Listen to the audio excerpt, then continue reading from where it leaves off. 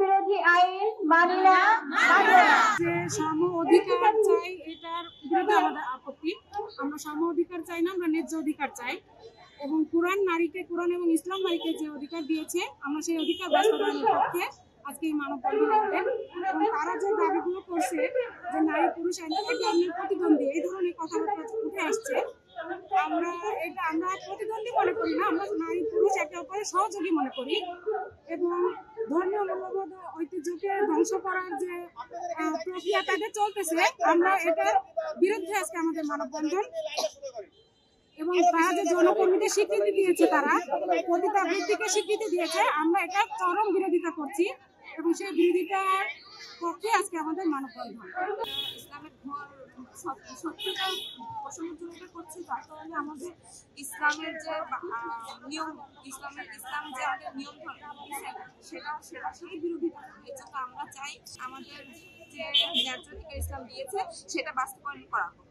এবার নারী বিষয়ক সংস্কার কমিশনের প্রধান শিরিন পারভীন হকের নেতৃত্বে জমা দিয়েছেন, তা অধিকাংশ জনগণের ধর্মীয় মূল্যবোধ ও কৃষ্টি কালচার বিরোধী। হিন্দু, বৌদ্ধ, মুসলিম, খ্রিস্টান, শৈব না ধর্মের অপমান। বন্ধন কর্মসূচি থেকে আরো আমাদের দাবি, অনতিবিলম্বে এই বিতর্কিত নারী বিষয়ক সংস্কার কমিশন 2025 বিলুপ্ত ও প্রস্তাবিত প্রতিবেদন বাতিল করা হয়। পাশাপাশি সমাজের সকল মানুষের ধর্মীয় অনুশাসন ও মূল্যবোধকে সামনে রেখে নারী পুরুষের অধিকার ন্যায্যতার ভিত্তিতে নতুন কমিশন গঠন করে প্রয়োজনীয় সকল সংস্কারের পদক্ষেপ গ্রহণ করা হোক।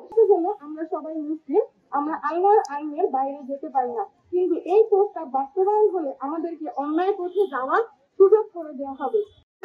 23 বলা হয়েছে 3 মাসের মধ্যে গর্ভপাতের বৈধতা দিতে হবে এবং সন্তানের জন্ম নিবন্ধনের ক্ষেত্রে পিতার নামের প্রয়োজনীয়তা বন্ধ রাখতে হবে। 105 পৃষ্ঠায় বলা হয়েছে শরীর আমার সিদ্ধান্ত আমার। 26 পৃষ্ঠায় বলা হয়েছে ধর্মীয় নীতি নারী অধিকার প্রতিষ্ঠার পথে বাধা। মানুষ আশরাফুল মাখলুকাত হয়ে ধর্মীয় নীতি পরিহার করে শয়তানের মতো যখন যা খুশি করবে আর গর্ভপাত করবে, এরকম প্রথা সিদ্ধান্ত নেওয়ার স্বাধীনতা কোরআন সহ কোন ধর্মগ্রন্থ মানুষকে দেয়নি। এটা সম্পূর্ণ হারাম। আমরা এই সুপারিশের মাধ্যমে রাষ্ট্রকে একটি সেকুলার রাষ্ট্র পরিণত করার আশা করা হয়েছে। আমরা এর তীব্র ঘৃণা প্রকাশ করছি, প্রতিবাদ জানাচ্ছি। 37 পৃষ্ঠায় বলা হয়েছে পতিতাবৃত্তিকে শ্রম আইনে শ্রমিকের মজুরি দিতে হবে এবং তাদের ইউনিফর্ম দিতে হবে, অথচ বাংলাদেশ সংবিধানের 19 অনুচ্ছেদের 2 নং ধারায় এই পতিতাবৃত্তিকে নিষিদ্ধ ঘোষণা করা হয়েছে। আমেরিকা, চীন সহ বিশ্বের অনেক রাষ্ট্র এখন পর্যন্ত এটাকে পেশা হিসেবে গ্রহণ করেনি। একজন নারীর দায়িত্ব নিবে পিতা, ভাই, স্বামী, ছেলে। যদি কোনো কারণে তারা অসমর্থ হয় তবে নিজের ইসলামিক রাষ্ট্র নারী কেন পতিতাবৃত্তি করে সংসার চালাবে? এটা কেমন ধরনের স্বাধীনতা? এটা কি নারীর পক্ষের কমিশন নাকি অন্য কিছু? আমার প্রশ্ন থাকলো, এটা সম্পূর্ণই হারাম। কারণ সর্বপ্রথম আমরা আমাদের জন্মদাতা হিসেবে পিতাকে পেয়েছি, তারপর ভাইয়ের কোলে পিঠে চলে মানুষ হয়েছে এবং স্বামীর কাঁধে ধরে সারাটা জীবন পার করে দিচ্ছে।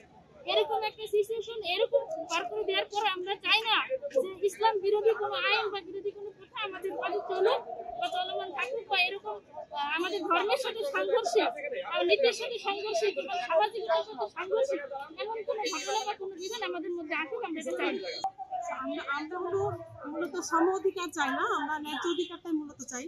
এই জন্য আজকে আমাদের এই সমবেত হওয়া মহিলা ফোরামের পক্ষ থেকে আমাদের উপরস্থ মহল থেকে যে নীতিমালা আমাদের জন্য প্রণয়ন করা হবে, আমরা তার সঙ্গে একত্রিত ঘোষণা করবো।